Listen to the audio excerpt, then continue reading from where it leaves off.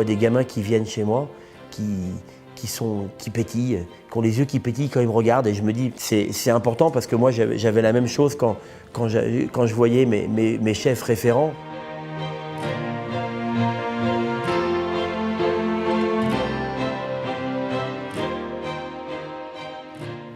J'ai attaqué la cuisine il y a plus de 35 ans.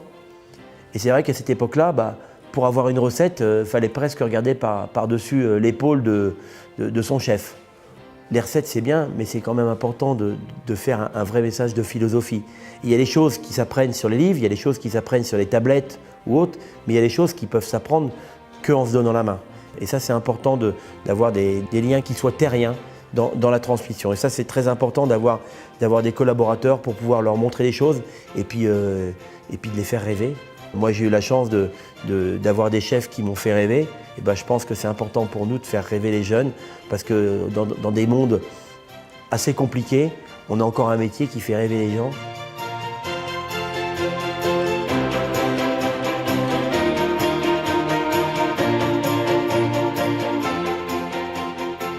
J'ai la chance d'avoir des collaborateurs. J'ai 3 lieutenants à côté de moi.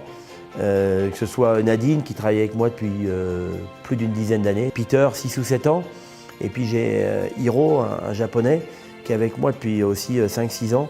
C'est des collaborateurs, mais c'est autre chose, c'est des gens de la famille, on est ensemble, c'est fusionnel, et ça c'est important d'avoir des gens proches de nous qui nous font avancer, parce qu'ils nous font avancer avec leurs idées, avec leurs techniques, avec le fait d'avoir de la fraîcheur. Si j'avais qu'est-ce que je veux faire après? C'est transmettre à mes équipes, transmettre à mes collaborateurs pour pouvoir avoir une pérennité du fil rouge de ce qu'on peut avoir, ce qu'on nous a donné. Et je pense que quand on a su recevoir à des moments de la vie, il faut savoir le donner aux autres pour qu'il y ait un vrai message de cuisine dans l'avenir.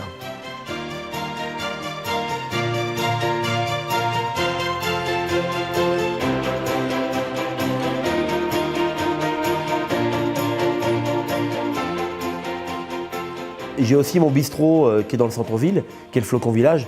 Mais avant d'être le Flocon Village, c'était le Flocon de sel. En faisant le tour de tous les villages, c'était évident de s'installer à Megève parce qu'on a un village qui vit à l'année, on a une vraie activité et puis ça reste un vrai village. Ça veut dire qu'on arrive à l'intersaison à être 2000 personnes dans le village et puis d'être en pleine saison à 45 000. En fait, il y a une vraie vie de village toute l'année. On a déménagé il y a plus de 10 ans maintenant ici. Mais avant tout, c'était ma première maison. Ça veut dire que c'est aussi ma maison de cœur parce qu'on a ouvert avec mon épouse et une personne. On était 4 la première année pour faire tourner cette maison. On a racheté une pizzeria et puis on l'a fait évoluer gentiment. Donc c'est mon bistrot maintenant, mais j'y tiens beaucoup parce que c'est une maison de cœur avant tout. On n'est que cuisinier, on est là que pour transformer de la matière, pour faire plaisir. Et puis c'est l'inspiration de la cuisine, on est attaché à notre terroir et c'est ce qui reflète dans notre cuisine. Et pour la cuisine, c'est important le terroir et le lieu où on est.